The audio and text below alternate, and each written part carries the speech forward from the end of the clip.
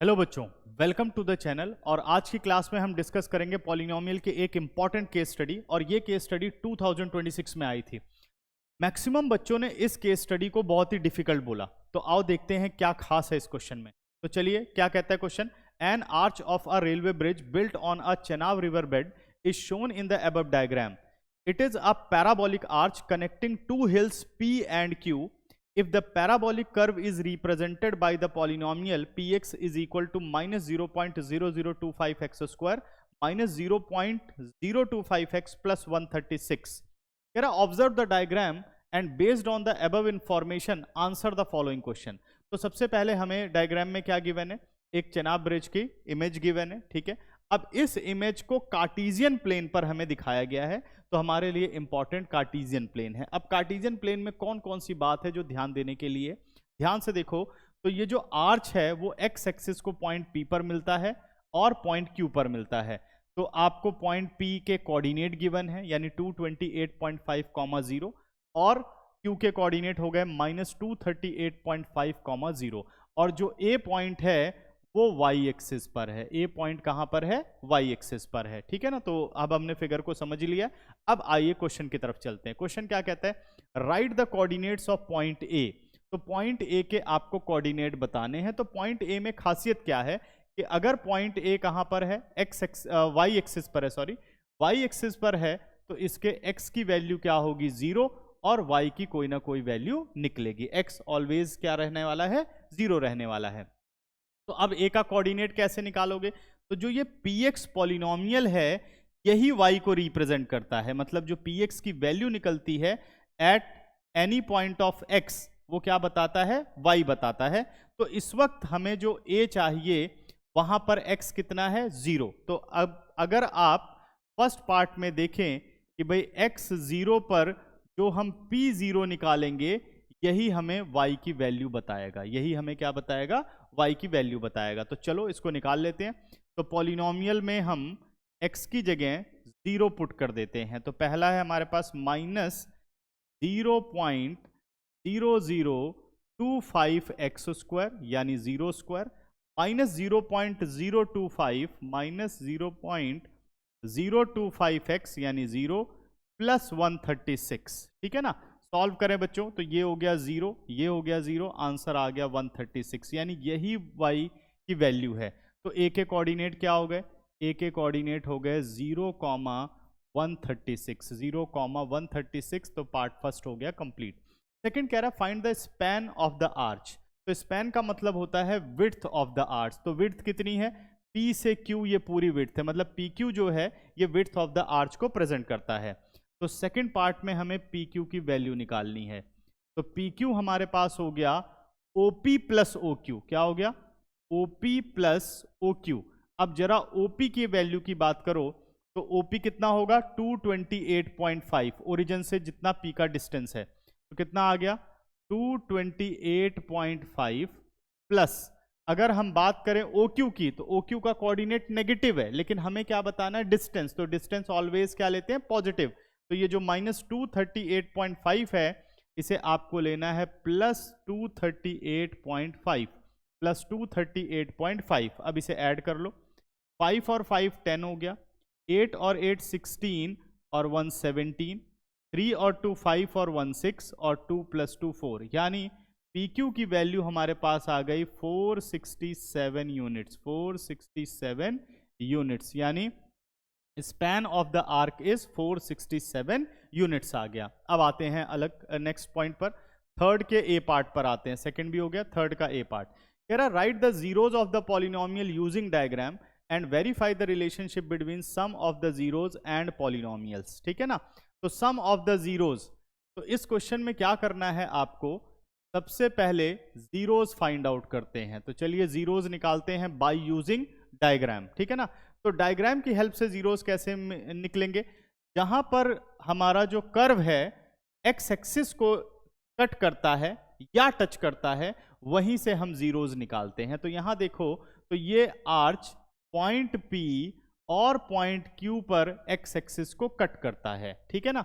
तो हमारे जीरोस क्या हो गए, तो हमारे जीरोस हो गए the values of x at that point. तो जीरोज आ गए हमारे पास 228, 228.5 और दूसरा हो गया -238.5।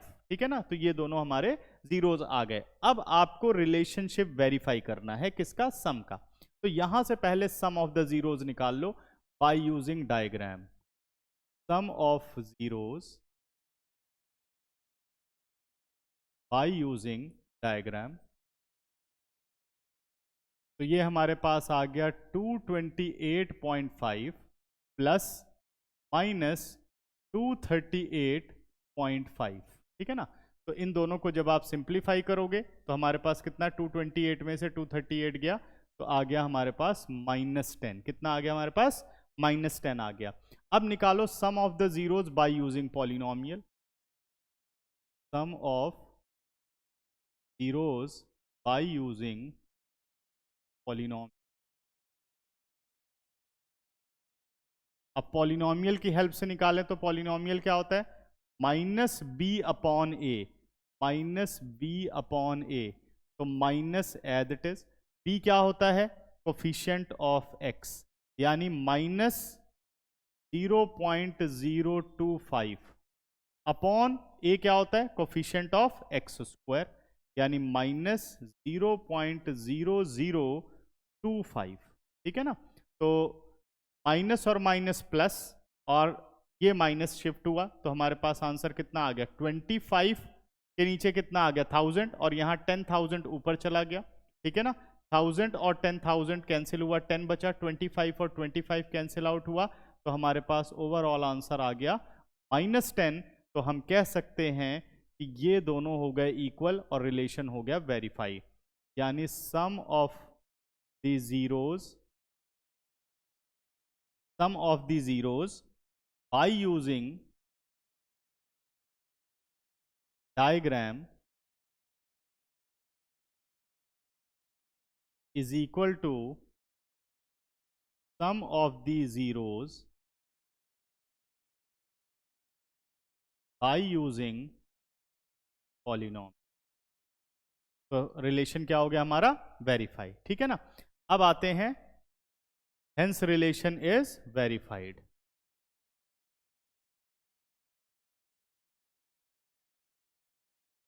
ठीक है, अब आ जाते हैं बी पार्ट पर, यानी वैसे ये ऑप्शन है बट सॉल्व कर लेते हैं, अभी तो हमें सॉल्व करना ही है। तो थर्ड का बी पार्ट ले लेते हैं। थर्ड के बी पार्ट में हमें कहता है कि find the values of P X at x is equal to 100 and x is equal to -100 are they same. तो निकालते हैं पॉलिनोमियल की value at x is equal to 100। तो हमें पॉलिनोमियल में क्या रख देना है, 100। जब मैं 100 रखूंगा तो यहां आ जाएगा 100 का स्क्वायर। ठीक है ना, अभी रख देते हैं 0.0025 100 स्क्वायर माइनस 0.025 इंटू 100 प्लस 136, यही बन रहा है।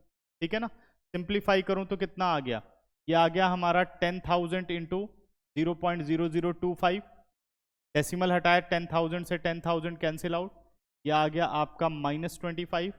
इसे सिंप्लीफाई किया तो ये आ गया -2.5 प्लस 136।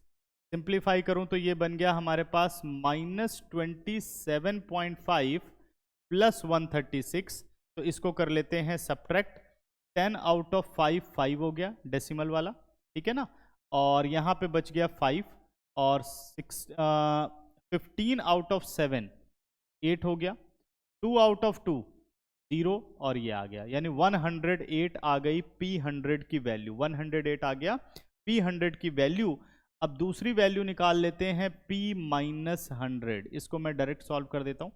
P-100, -100 का स्क्वायर हो गया प्लस 10,000, सॉल्व किया तो आ गया आपका -25, -100 यहाँ रखा तो माइनस और माइनस प्लस 2.5 और प्लस 136। चलिए इसको सिंप्लीफाई कर लेते हैं, इसको सब्ट्रैक्ट करोगे आप 25 में से तो हमारे पास आंसर आ जाएगा 10 आउट ऑफ 5 5।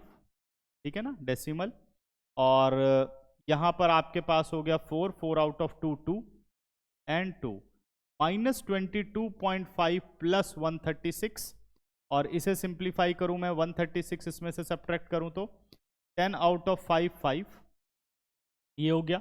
और 5 आउट ऑफ 2 आ गया हमारे पास 3, 3 आउट ऑफ 2 1, ये आ गया 113.5। तो P 100 आ रहा है 108.5 और P माइनस 100 आ रहा है 113.5। तो हम कह सकते हैं कि P 100 is not equal to P minus 100। तो इस तरीके से ये केस स्टडी सॉल्व करनी थी। ये थे इस केस स्टडी के फाइनल आंसर।